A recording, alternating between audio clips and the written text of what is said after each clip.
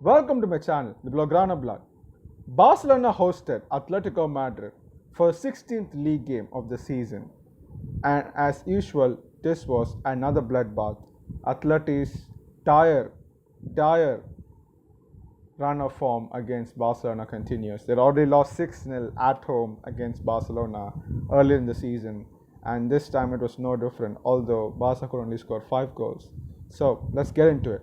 So before go on with the lineup, a dedication to Mapi. She has played three. This was a 300th. I'm sorry.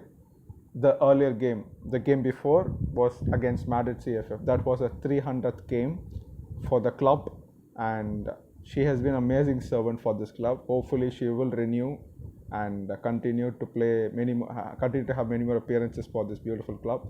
I mean, Mapi has been an amazing defender. She played for Atleti earlier, so that is also a good what do you say? What do you call that? Back to square one, or a full circle moment. Yeah, that's the word. Full circle moment for Mapi, coming from Atleti to Barca and then having this unprecedented success. She's become one of the best centre backs in the world, if not the best. So yeah, so Mappy, hopefully she will renew and she will continue playing. So that was one thing I want to say. And also I want to say regarding, this was a midweek game, and it was impressive that Barca fans turned up in good numbers. 3.5k was the official numbers for the stadium, which is again great because it was a evening game, a midday game, and still Barca fans turned up in good numbers. So I mean, I think the night games are actually boosting the capacity. Tell me if I'm wrong, but I think the atmosphere in night games is much better than the day games. So that is what I said the last time also. Again, I just want to say it again. So now that I got it out of the way, I would like to say the lineup. So not much changes, just some because of player unavailability. So Kata Colin goal, she's now fully fit, she's back again. So Jamafon takes the back seat. And you have Onabatie, Irene Paredes, Mapi Leon, and Ismail Brooks. So the back line is completely there, and it's only in the forward and midfield we have changes. So we have Alexia, Sydney, and Clara Sarjordi in midfield. So Patri and Aitana still out.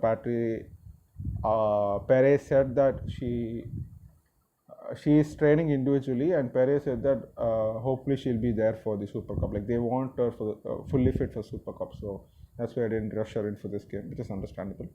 So there's that, and Vicky Lopez is back in this game as right winger for CGH. CGH still has a minor problem. I think she'll be available for the Super Cup, and Payor and Pina. So basically, almost a full strength team without Aitana, Patri, and CGH. So this was Barca's lineup, and we faced Atleti, who had Julia Bartel, who was an ex-Barcelona player, who went to Chelsea and now she's on loan to Atleti. Chelsea found out that she is not Aitana light, and they had no other go but to send her on loan. I don't know, I don't think she is going to find her place in Chelsea, because Chelsea's midfield is already a lot more crowded than they thought, and Newscan might also leave. So yeah, good luck Chelsea. They thought they got Aitana light for free, but Barcelona let her go on free for a reason. So just saying that. So that was the lineup for Barca. So yeah, I mean, again, as usual, they started very brightly, very fast starts. I love that. We always need to have fast starts. I don't know, but there's also there, like most of the games we've seen Barca play, they always uh, begin the kickoff. There's the first half, like usually you win the toss, you either get kickoff, like who gets to take the kickoff, or the other team gets the side, right? You get to choose the side. I don't know, like most games I've seen Barca, they pick the option to kick off first, so that's good. I don't know, like do they win the toss most times, or is it like the opponent, even if the opponent wins the toss, they only choose the side and give the option to kick off to Barca. I'm not so sure. So yeah, that I just found that interesting, because most times I've seen Barca family play this time, they always start the kickoff. So that was interesting. So yeah, like at the Johan Cruyff, at the 3-minute mark, Alexia scores an amazing goal. It's quite a tight angle from the left, but she scores. Like, do not give the ball to Alexia if an opponent. Do not give the ball to Alexia at 3-minute mark. She did the same against Bayern Munich. Unbelievable curler just from outside the box, if I'm not wrong. And this is again from another tight angle, and Gallardo no chance. Athletic thought they could, they were just beginning to park the bus, and Alexia just punctured the tire. So yeah, I mean the game already flipped from the fourth minute. So that was not good for them. And then Barca was just all over them. Barca, once they score the first goal, that's it. They're all over you. So they were all over Atleti. They couldn't do anything. Barca just boa constricted them the whole game. Atleti couldn't get out of the box.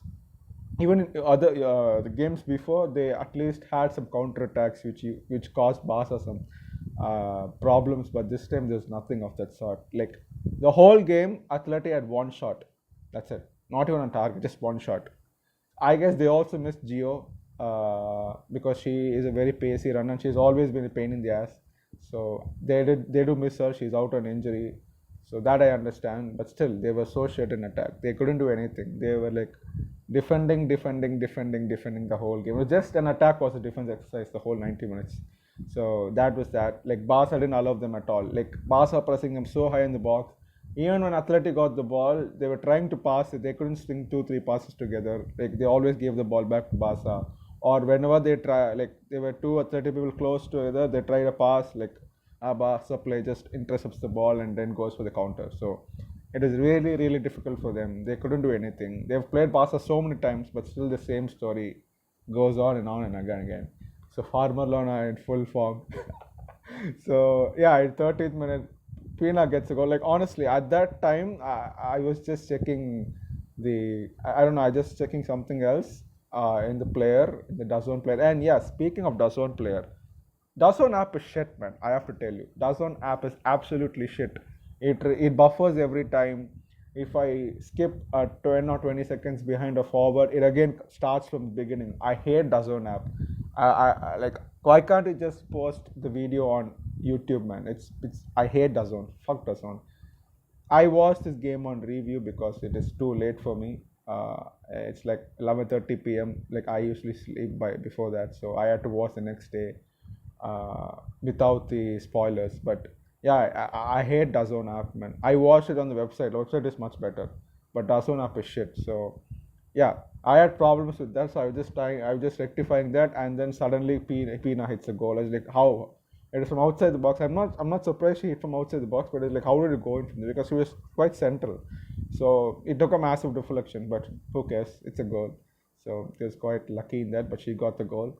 So that's how the first half ended. They could have had some more goals. I guess 3-0 would have been a fairer scoreline, but it's okay. 2-0 was good. Barca went cruise control. And I also forgot to tell you that Real Madrid had lost to Atleti. I mean, this week, let's all laugh at Real fucking Madrid. The men's, the women's, the Castilla, they are shit. Real Madrid are shit. Real Madrid are shit. Real Madrid are shit. Real Madrid are shit, man. The men lost to Barca men in the Super Cup final, and they got humiliated against Albacete. They got eliminated of Copa del Rey. And the women lost to fucking Athletic Club Bilbao at home. They lost 1-0 at home. It's humiliating for Real Madrid. And they have to play Atleti in the Super Copa semi-final. Good luck with that. Good luck with that. So they're already 7 points behind the Femini. And Barca were already 10 points ahead. Midway season. This is 16th game. So midway, we are 10 points ahead. There is still another Clasico to go. And with 13 points, I'm very confident. You call me arrogant, you call me brash, I don't give a fuck. We'll be 13 points ahead after we win at Di Stefano. We humiliate them one more 4-0 or 5-0. We'll humiliate them once more and we'll be 13 points ahead. So this is amazing. Those fuckers thought that they were actually improving and Pau Casado will somehow bring in a revolution like Xabi Alonso tried to do it at Madrid men. But they're like 10 points behind now. And like it's crazy. Like Barca family was so weakened because of all the players left, but they just keep going from strength to strength. So I mean 2026 the year just keeps on giving. Hopefully it gives even more. So yeah, I just wanted to say that. So at halftime 2-0, we were already cruising at that point. It was amazing. And after that, so the second half again, it started the same way. Like Atleti by the time knew that they've already lost the game, so they started becoming more physical. By more physical, I mean just straight on fouling people for the sake of it. Not exactly tactical fouls, but just for the sake of it. They started getting booked more because they said, okay, we are gonna lose. Might as well hit Barca players because that's all we can do. So they started doing that. Barca had some more chances in the box. Payot had some chances. Pina had some chances. Vicky Lopez had some, and yes, Vicky Lopez in the first half. Like she like it was very easy. Like Vicky Lopez had a very good chance. Like she could have just passed the ball to Sydney, and Sydney would have an open goal, but she chose not to, and that was quite an interesting thing to watch. Hopefully they both spoke to each other after that, but that didn't seem good. Sydney definitely was quite annoyed because Vicky did not pass her the ball. The camera just shifted away. I wanted to see if Vicky actually acknowledges and say, "Oh, you know what, I should have done that," but I don't know. They did not show that, so I don't know what happened there. But hopefully everything is fine. So yeah, speaking about the second half, Esme Broach, like it was just the ball was just see basically it was basically Atleti trying to pass out from the back, and then Barca counter pressing and winning the ball high and then trying to hit a goal, but they couldn't. And then Atleti also tried the long ball route. Irene and Mapi took care of business. And again, the ball comes back to Barca. Again, they attack. So this is what is happening. Atleti trying to do something. Barca win the ball back and they attack again. Same all the same cycle continues. So at one point, the ball was just pinballing in Atleti's box, and Yasmin is like, "Fuck it, this is boring." And then she just intercepts the ball and scores a goal. That's a beautiful finish. Again, another tight angle goal. Beautiful finish. So Esme Broach makes it 3-0. So and gives the game much more impetus because it's kind of getting boring because Barca were just winning the ball back over and over and over again, but they were just not able to score. So they win the ball back and Esme Broach scores, and then at the 60th minute, Pere brings on the subs. Fair enough, 3 up already, so might as well bring on the subs. So Aisha came on for Ona Battier. Yeah, Ona Battier was also fit for this game. Forgot to tell you. So she is fully fit. So Aisha came on for Ona because there's a weekend game against Alhama, and then we have the Super Copa semi-final, and most probably, I'm just being humble, and most probably the final. So rotation is necessary. So yeah, Aisha came out for Ona Battier, and Carla Julia came out for Vicky Lopez. Let's say Carla Julia has now become a right winger. This is the world we live in. I'm all for it, so I'm not complaining, but I'm just saying. So Carla Julia came out for Vicky Lopez. So we have now 3 right wingers in our team. Wow. So Carla Julia came out for Vicky Lopez, and then Kika came on for Sydney. So those were the subs. So actually, he made quadruple subs. I forgot. And then Marta came on for Irene Paredes. I hoped it would be Irene because she had played a long time. Like Mapi was subbed off a lot many games before this, and Irene also in this game she appeared to take a knock. She's not injured, but Atleti had one counter, and Irene got first the ball, but she was pushed by the Athletic player and she fell on her knee, but she seemed all right. But still, better to take her off because we have more important games, and Irene is an absolute rock. So yeah, Marta came on for Irene, and so yeah, quadruple subs, and then they take off Julia Bartel. Like she tried her best, but what can you do? So they also made the subs, and at the 74th minute, Pyre hits a shot from inside the box, but just from far away, and then Gallardo makes a save, and the ball kindly falls to Pira, who just taps it in. So 4-0. I mean, it was just an exhibition at that point. I just wanted to see if they could make it 6 still, equate to the score in the reverse fixture, but they couldn't do that. So that was that. And then the big news: Salma Paralolo has finally arrived after the disastrous injury she suffered at the Nations League semi-final against Sweden. Amanda Illester, I'll never forgive you for that. So yeah, she came on, and she came on for Claudia Pina at the 80th minute. So she came on there, so 10 minutes. So yeah, we need a fit Salma. Hopefully she can only improve. There's still half of the season to go, so it's good news. So many of the players are returning. Party will also return. So I think the only absentee will be Aitana. But okay, she will also come back mostly by April. I hope so. So yeah, Salma came on, and then she gets the goal. So that was nice. So yeah, I don't know, man. I just have a very good feeling about Salma. I don't know why. I'm just getting very good vibes from her. I think she will do well this half of the season. I think she'll extend her. I just feel that for the people watching this who also follow men's football. I think this is going to have. I think Salma's going to have a Rafinha like situation where she is not had amazing season like the last year and a half, similar to what Rafinha is. But we all know the talent they have, and then Rafinha after that has an amazing season. He's now the captain of the team, and I think Salma is going to have a season like that. Like this half, she will do well, she'll end well, and then she will get a renewal, and then she just goes on to tear, and we're not even going to bother about Clara Bull. I think that is what is going to happen. I don't know. I have a very good feeling with Salma because if she is on a game, because 22-23, the World Cup year and 23-24, Salma Perla is untouchable, man. She is unbelievable. I mean, she was second, if I'm not wrong, for Pichichi in La Liga, sorry, in Liga F. So, I mean, if she is on a day, like, or in her forms, when she gets her full confidence back, she's unbelievable. Not just the goals, not just the attacking prowess she has, but also defensively. She tracks back a lot. That's what I love because when you have Salma Pino combination, not only is she deadly in counter attacks and transitions, she also tracks back a lot. She's very good in tracking back and helping the defense. She's an absolute athlete. So yeah, hopefully Salma we get a very fully energized, revitalized Salma, and that's only good for the team. So Salma gets the goal. I mean, it's things like us from the Olympics. This time has not been kind for her. She has had a lot of problems, mental fatigue. She's had an injury. She has not been confident. The Euros final didn't help her either. So I think she needs a reset, and I think this goal will absolutely help her in regaining her confidence back.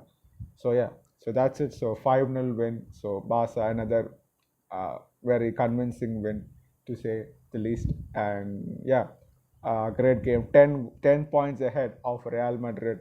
The league is ours. I mean, like, let's not be too humble about it. The league is ours.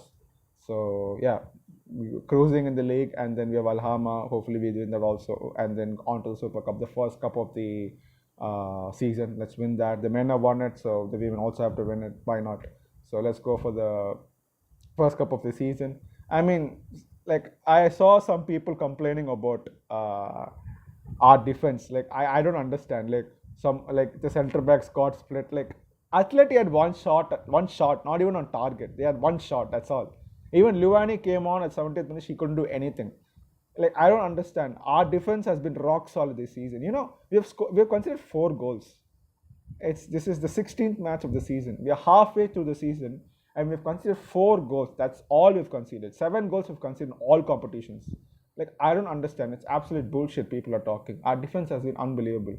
Last season, I can understand. We were not that good. We were leaky, and we still won. We won the domestic treble and Champions League final. This season, we went much, much better in defense. I know some people, I don't know what they watch. They say our defense is not good. I don't understand, honestly. This season, we have been much, much better in defense. Like, opponents have rarely got chances to attack. Even Chelsea, they could only score 1 goal. They had some chances. Even their XG was around 1.99 if I'm not wrong. Our XG was 0.93. So even against the top teams, our defense has been really, really good. And some people, they just watch and talk bullshit like our defense is not good. Like, I don't understand. So yeah, like our defense has been really good. Even OH Leuven game, we had so many chances. We actually underperformed XG. So that 3-0 actually flatters OH Leuven. And OH Leuven could do nothing. They were just defending the whole fucking game. And the pundits are like, OH Leuven did a very good job. Oh my god, wow. They're parking the bus. That's all they did. So losing 3-0 is actually a good result for them. Like, I don't understand. Like, most of the opponents Barca has faced, they're not able to even get those transitions. Last season, many of the opponents got chances to attack and they scored. If you've watched last season, you'll understand. We usually concede the first half and then we'll have to come back. The first chance they get to attack, they counter and they score a goal. I don't know how, but that's what happened last season. This time, no. They don't even get the chance to attack. Even if they get the chance, it's rare.